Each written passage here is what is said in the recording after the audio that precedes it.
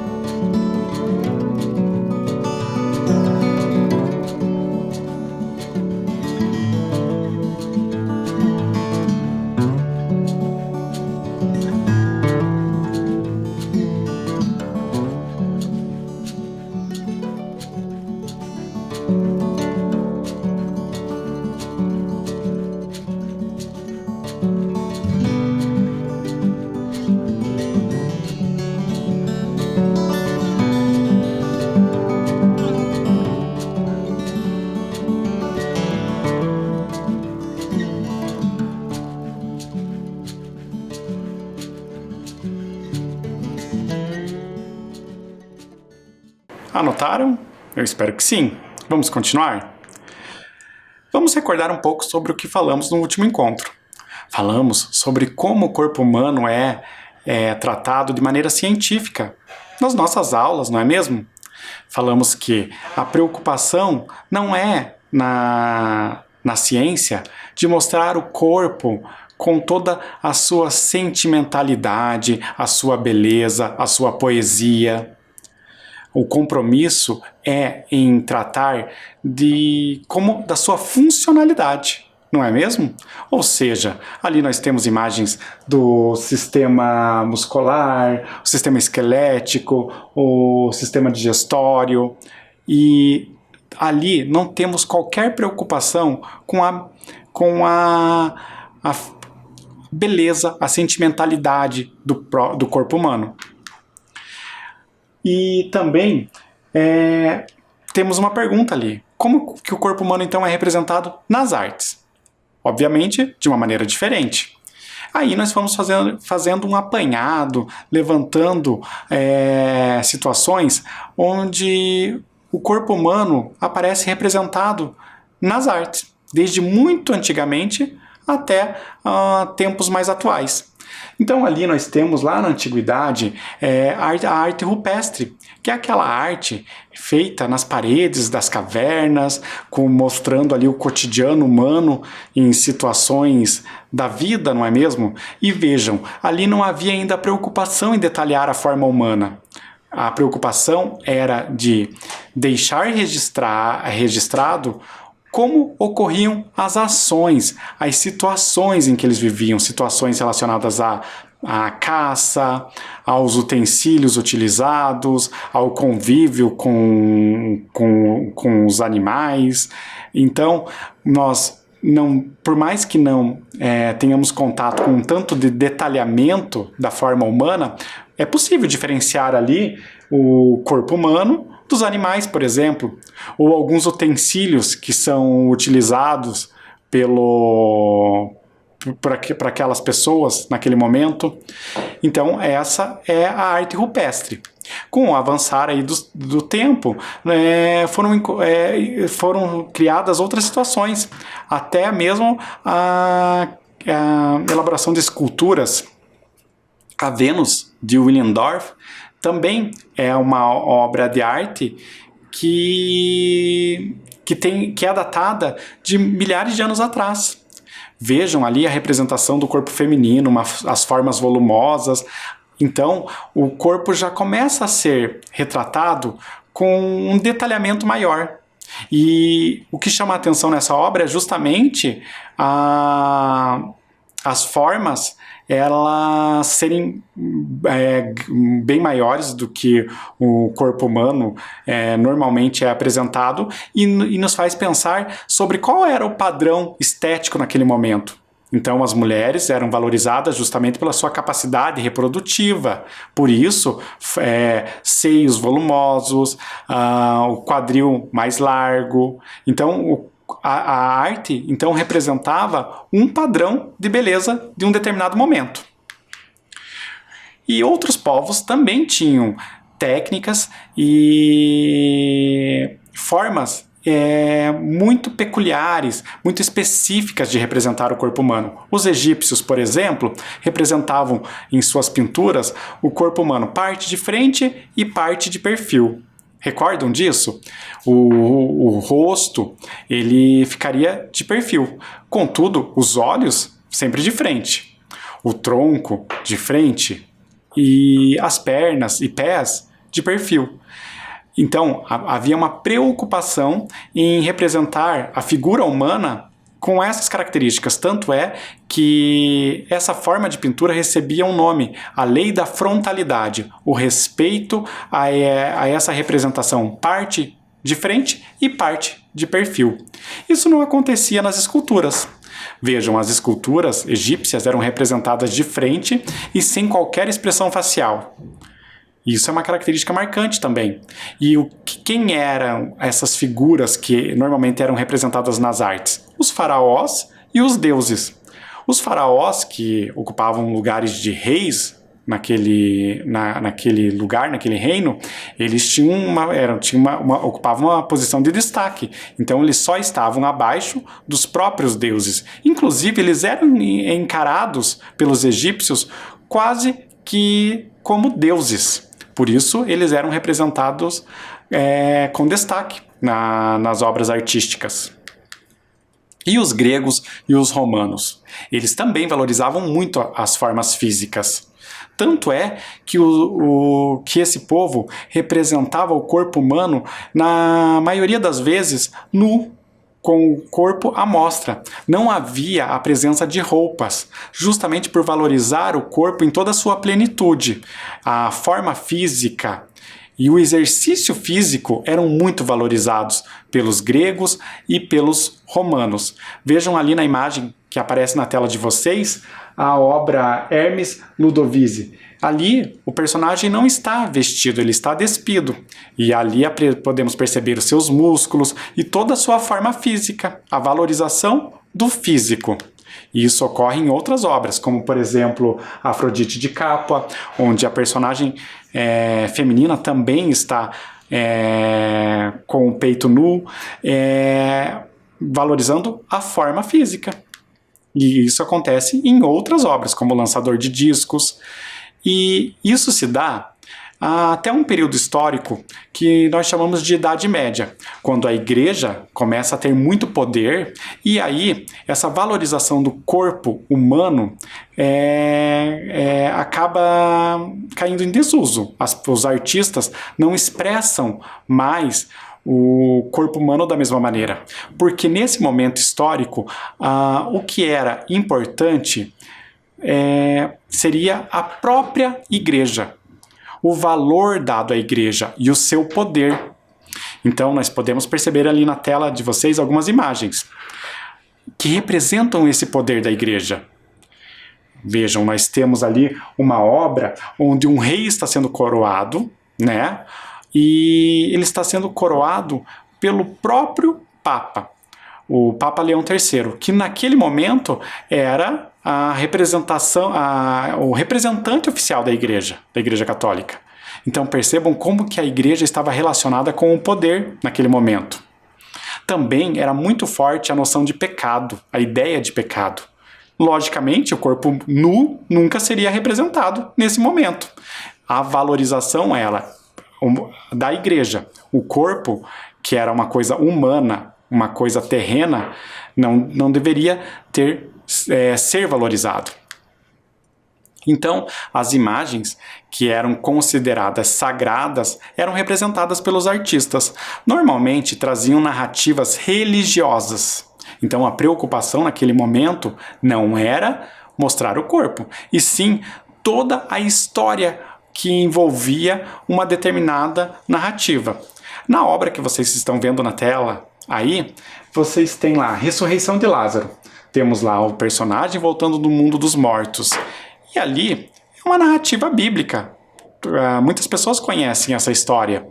Vejam que o que se tem importância nesse momento é mostrar todo o contexto, a narrativa, e não propriamente o personagem humano.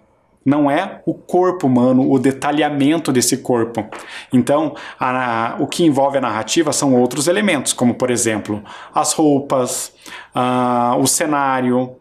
São outros elementos que chamam mais a atenção de quem vai apreciar essa obra.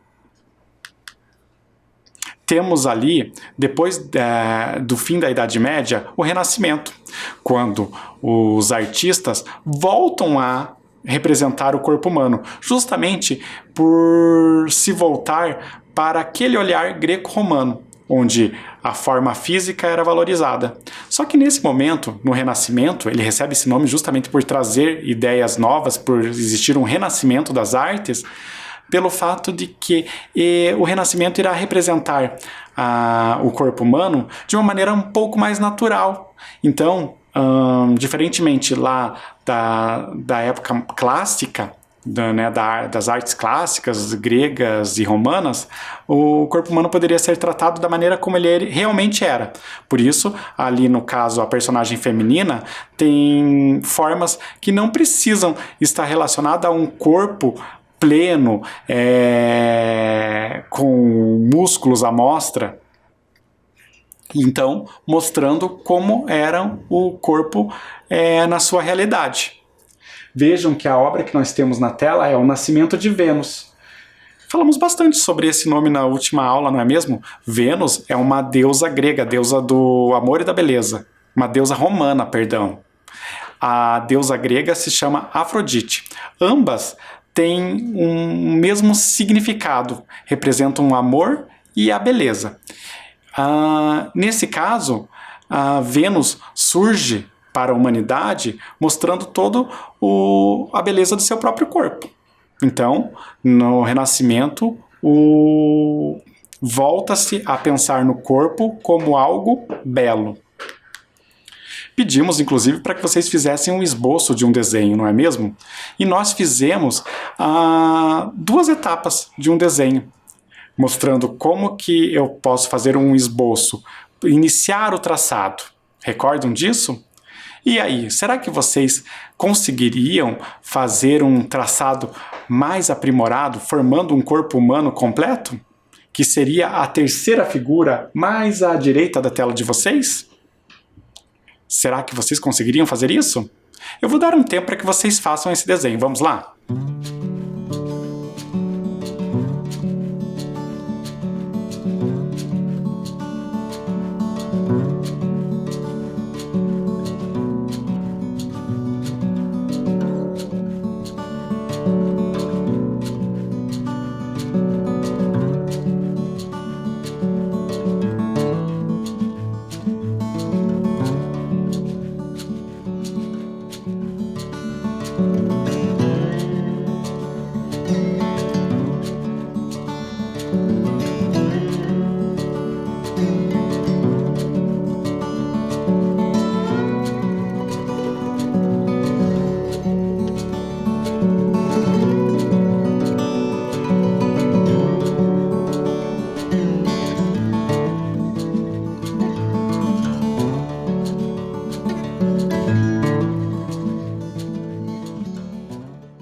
E aí, conseguiram?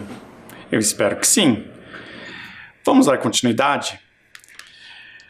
Então, vocês perceberam que no primeiro esboço do desenho, nós tínhamos ali a presença das articulações. As articulações são importantes para dar movimento ao corpo. E um desenho precisa de articulações para exemplificar esses movimentos, não é mesmo? Então, falaremos muito sobre isso, sobre movimento no corpo humano, na representação em todas as artes. O movimento nas produções artísticas. Um autor que se destaca quando falamos de movimento é o Edgar Degas. Ele foi um pintor impressionista francês consagrado por suas pinturas femininas, sobretudo pela série das bailarinas e também pelo efeito de movimento retratado em suas obras. O Edgar Degas era francês e ele tinha uma vocação para desenhar, para pintar personagens em movimento. Tanto é que ele se destacou por desenhar ali diversas obras que representavam bailarinas. Tanto é que ele é reconhecido por muitas pessoas como o pintor das bailarinas. Ali na tela de vocês, nós temos uma obra. O balé clássico. Vejam que é uma pintura, né, a óleo, e nós podemos verificar as personagens no momento de um ensaio. Então, o Degas ele se comprometia sempre em mostrar essas personagens e nas mais diversas situações, mas sempre envolvendo a arte da dança, a arte do balé. Aqui também temos o momento em que a bailarina está nesse ensaio, também uma pintura a óleo, e vejam os traços. O Degas, ele necessariamente não tem a necessidade de mostrar a realidade com detalhes. Ele mostra mais a situação. Por isso, esse gosto dele por mostrar o movimento. Conseguimos perceber, captar o movimento do personagem na obra do Edgar Degas. Aqui também temos outra obra, O Vestido da Bailarina, e essa pintura é em pastel sobre tela. O que isso quer dizer? Perceberam que ali, ao lado da obra, O Vestido da Bailarina, nós temos uns blocos coloridos. Aqueles blocos são chamados de pastéis, porque eles são outra forma outra técnica de pintura. Aquele bloquinho que lembra ali um giz de cera, na verdade é um pastel. É uma outra maneira de pintar, que não é o que a tinta não precisa do pincel para ser levada à tela. Então, os traços do artista acabam sendo um pouquinho diferentes. Eles, em alguns momentos, talvez não consigam atingir o nível de detalhamento, talvez, do que o pincel e a tinta óleo, ou outro tipo de tinta, não é mesmo? Aqui nós temos uma das obras mais clássicas do Edgar Degas, Bailarina de 14 anos. Interessante é que essa obra ela foi construída em partes. À esquerda de vocês, nós temos o esboço dessa obra, quando Degas pensou nessa escultura. Então ele fez uma pintura, né, ali com pastel, e nós podemos perceber a bailarina de costas. Ao lado, no lado direito de vocês, nós temos a escultura. O Degas não era somente um pintor, ele também era um escultor. E nós temos a escultura em cera. Vejam ali o semblante da personagem, a expressão facial, não é mesmo? E a posição que ela está. Lembrem, estamos falando muito sobre movimento nas artes plásticas. Então, o que vocês acham que a personagem está fazendo naquela situação? Parece estar agradecendo o público, parece estar numa posição onde está recebendo os aplausos, algo assim, não é mesmo? Essa é uma das obras mais emblemáticas do Edgar Degas. Aqui temos uma frase dele. A arte não é o que você vê, mas o que você faz os outros verem. Interessante isso, não é mesmo? Então o Degas não se preocupa em colocar no papel ou esculpir algo que alguém vai ver somente, e sim algo que alguém vai ver a partir daquele sentimento. Então a arte precisa estar carregada de algo mais do que a forma pura e simples. Ela tem que apresentar um sentimento. Agora temos um exercício aqui. Qual das obras utiliza a técnica de pintura com pastel? Lembrem que falamos sobre isso. O pastel é uma técnica de pintura, diferente da tinta com pincel. E aí? Qual delas possivelmente ali foi criada com pastel? Eu vou dar um tempo para que vocês pensem sobre isso. Vamos lá?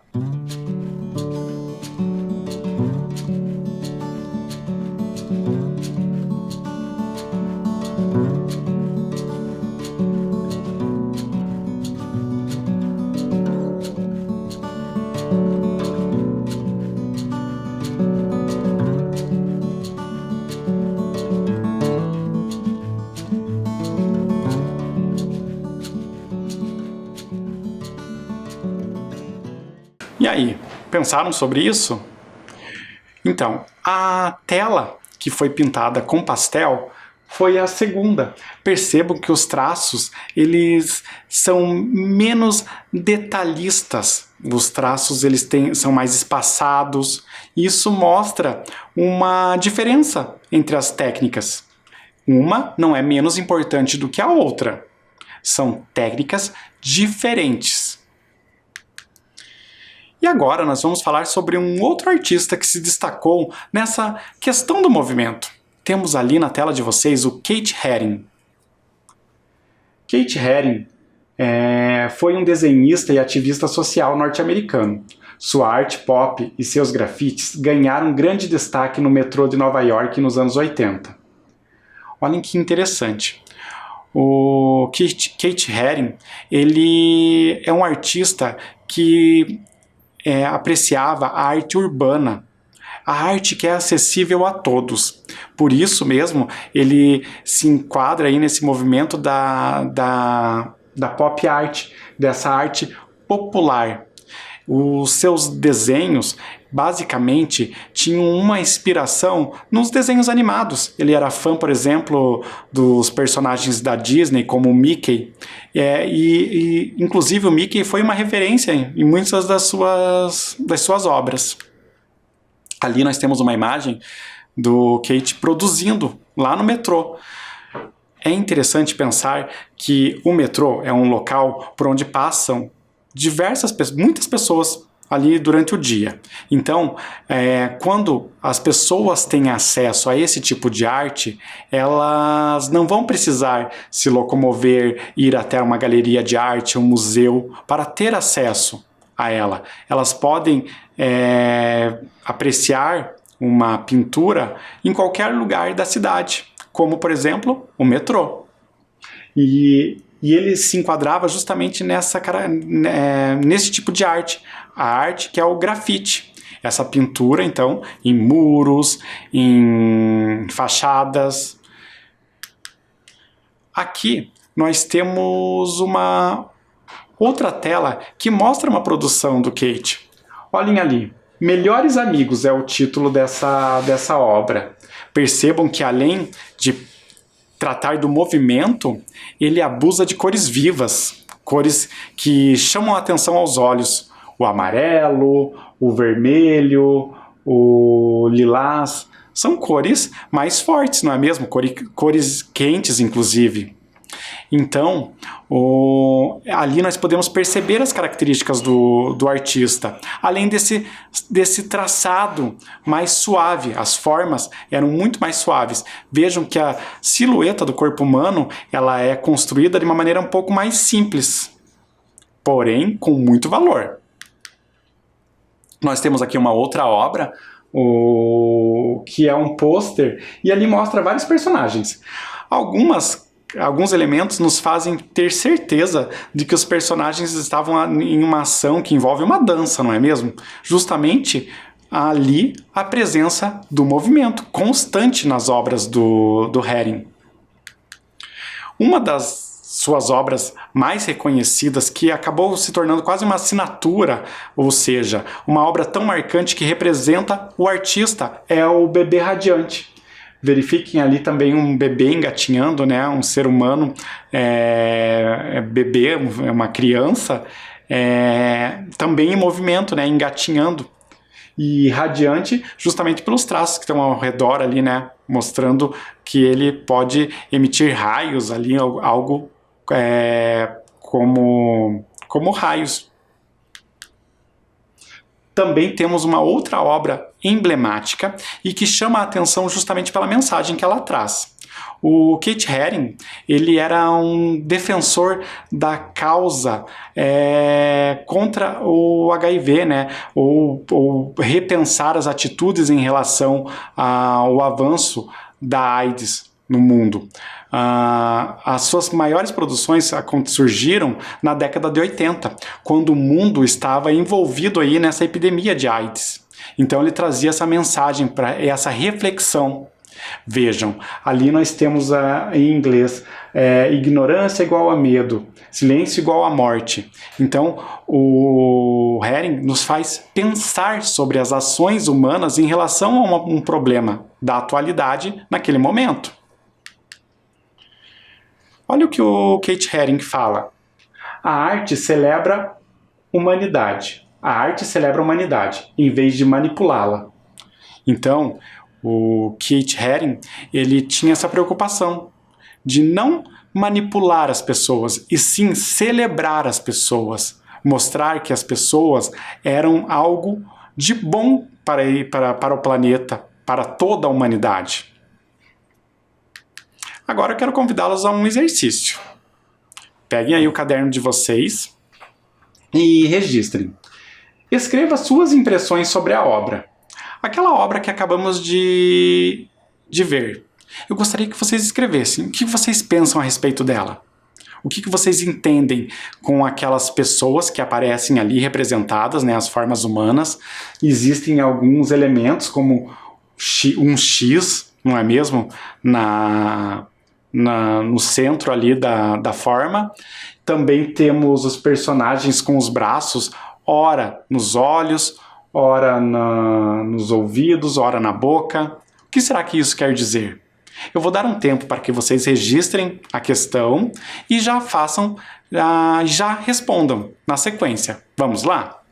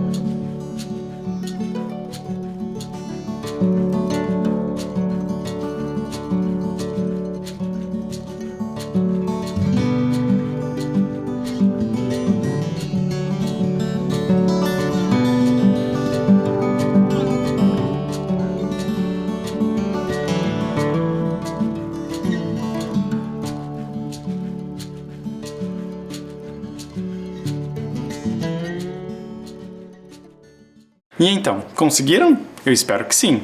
Vejam, todas as impressões que vocês colocarem no papel têm a ver com aquilo que vocês acreditam que possa estar sendo transmitido na obra. Então, são informações muito particulares. O que você conseguiu absorver a partir da leitura dessa obra. Então, algo que chama bastante atenção é o fato de que os personagens, em alguns momentos, colocam as mãos sobre os olhos, em alguns momentos sobre os ouvidos e também sobre a boca. Será que não é uma ideia de refletir sobre não vejo, não falo, não escuto? E o artista tinha um tema recorrente, conforme falamos anteriormente. Discutir o crescimento, o aumento da AIDS naquele momento em que ele representava a sua arte. Então, será que ele não estava tentando falar sobre isso?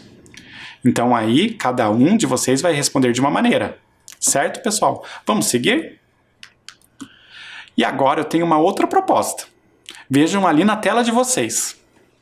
Tente registrar um dos movimentos inspirados na obra de Kate Haring. Então, temos diversos personagens ali na obra ao lado. E cada um deles está fazendo um movimento, certo? Eu gostaria que vocês fizessem um registro de algum desses personagens e o movimento que eles estão executando. Ou seja, eu queria que vocês recriassem parte dessa obra no papel. Vocês não precisam nem se preocupar com o enunciado desse exercício. Basta registrar. Se possível, deixem registrado também o nome do autor que vocês se inspiraram, no caso ali o Kate Haring. Vamos lá? Eu vou dar um tempo para que vocês façam essa atividade.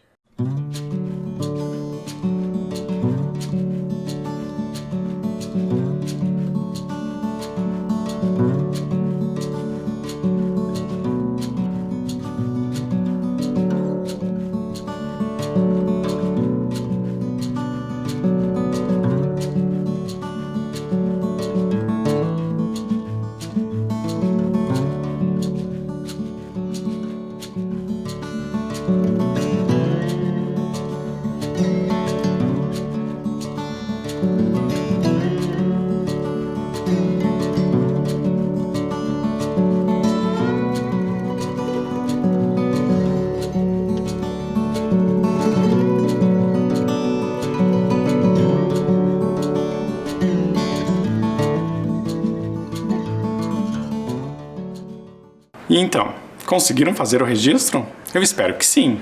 Escolheram qual desses movimentos? São todos muito interessantes, não é mesmo? Todos lembram um personagem envolvido em uma dança, não é mesmo? Vamos continuar? Nós vamos falar agora do Alberto Giacometti. Vejam, Alberto Giacometti foi um escultor e pintor suíço, o mais famoso nome entre os escultores surrealistas, criador de uma obra plástica que percorreu a escultura, a pintura e a cenografia. Olhem que interessante. O Alberto Giacometti também era pintor, escultor, ele era envolvido em diversas artes. E interessante é pensar aqui que ele era um surrealista, ou seja, ele era uma pessoa que se preocupava em construir algo que não tivesse nada a ver com o realismo. Não precisava se preocupar com o realismo, era o contrário. O surrealismo é muitas vezes representado por aquilo que nós entendemos como um sonho. Imagine o sonho mais fantástico que você possa ter representado em uma tela, em uma escultura. Então, os surrealistas, eles têm essa preocupação. Trazer para o concreto aquilo que seja impossível à vida humana. Aqui nós temos uma obra do Alberto Giacometti. 3 homens caminhando. Olhem que interessante, as formas alongadas conseguimos facilmente perceber pelas partes do corpo, as pernas, o tronco, os braços, a cabeça, que se trata de uma forma humana. Contudo, ela se distingue, ela é diferente por ter proporções diferentes. Ela tem proporções muito específicas, aquele corpo alongado, fino, pernas bastante alongadas e finas, assim como os braços. Então, essa é uma assinatura, uma característica da obra do Giacometti. Construir personagens com essas características. Aqui uma frase do Alberto Giacometti. Só a realidade me interessa. Olhem que interessante. Ele é um surrealista. E em algumas das suas entrevistas ele fala assim, que só a realidade o interessa. Muitas dessas entrevistas ele dava para explicar ou justificar a sua obra. O fato é que a grande maioria dos artistas não gosta de ser enquadrada em um determinado tipo de manifestação artística. Eles gostam de ter uma característica própria, de ter a sua arte como única. Então, talvez isso justifique o fato de que, muitas vezes, aquilo que eles colocam para explicar, justificar todas as suas produções, seja diferente da maneira como as outras pessoas enxergam a sua arte. Aqui, nós temos uma atividade. Então, eu gostaria que vocês voltassem ao caderno de vocês e registrassem. Que título você daria a esta obra de Alberto Giacometti? Então, temos ali uma obra fotografada, uma escultura fotografada. E aqui nós temos que refletir. Que título nós podemos dar a essa obra? Que título você daria a essa obra? Vamos lá? Pense sobre.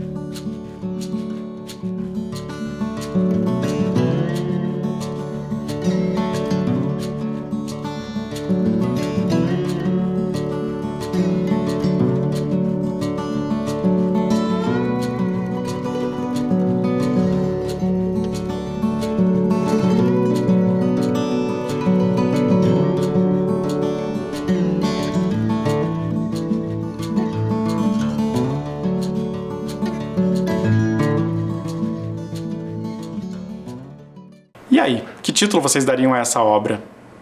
Provavelmente algo que tem a ver com caminhar, com movimento, não é mesmo? Afinal de contas, ali temos um indivíduo caminhando.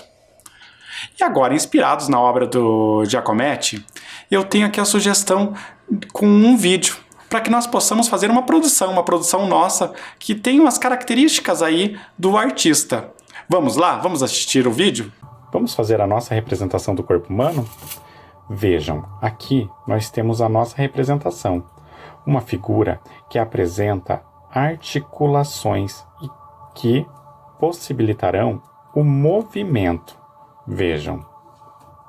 Vamos à nossa lista de materiais? Nós iremos precisar de papel alumínio, desses que usamos na cozinha, uma tesoura, fita crepe e um pedaço de papel. Um papel velho, pode ser um papel usado. Primeiramente, vamos precisar amassar o papel, fazer uma bolinha com esse papel. Ela será usada para formar a cabeça do nosso boneco.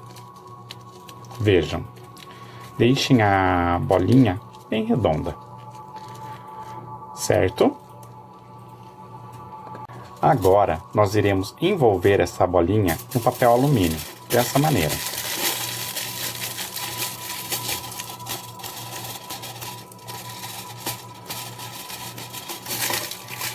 Depois, iremos enrolar o papel e formaremos o corpo do nosso boneco. Vejam. Basta apertar bem. Nessa parte final aqui, nós precisaremos fazer o seguinte, fazer uma dobra, formando uma espécie de gancho. Vejam.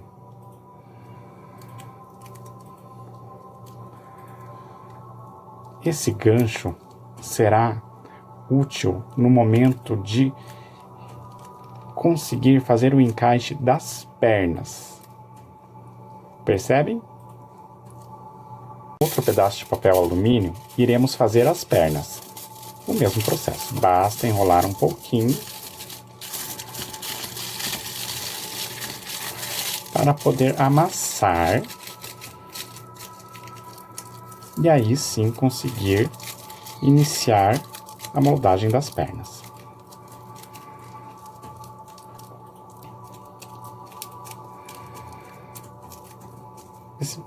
Isso precisa ser feito com cuidado, para não rasgar o papel.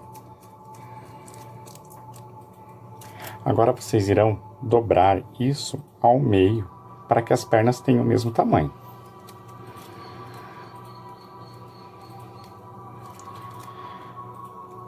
Basta fazer um encaixe aqui, certo? Agora, iremos precisar da fita crepe. Vejam, vamos colar aquele ganchinho que formamos anteriormente.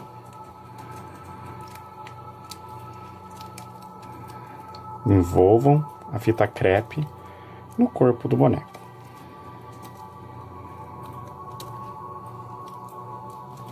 Ainda precisamos fazer os braços.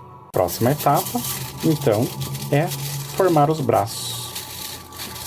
Dobrem o papel alumínio para aí sim começar a amassar.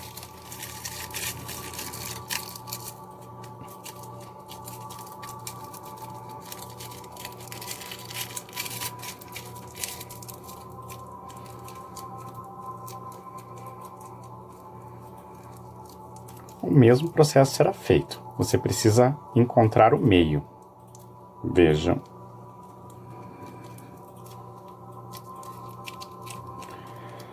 Agora, vamos colocar os braços na altura onde seria o ombro. Basta fazer esse movimento. Para fixar, vamos colar com fita crepe. Vamos usar a fita crepe, conseguindo aqui fixar os braços.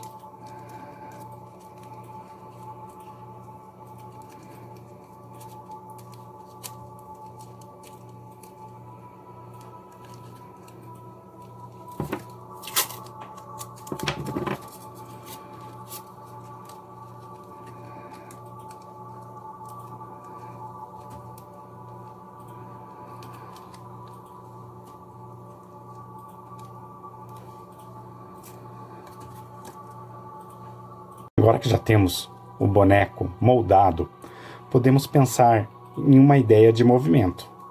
Vejam, são os mais diversos. Você poderá pensar em movimentos diferentes para indicar uma ação desse boneco.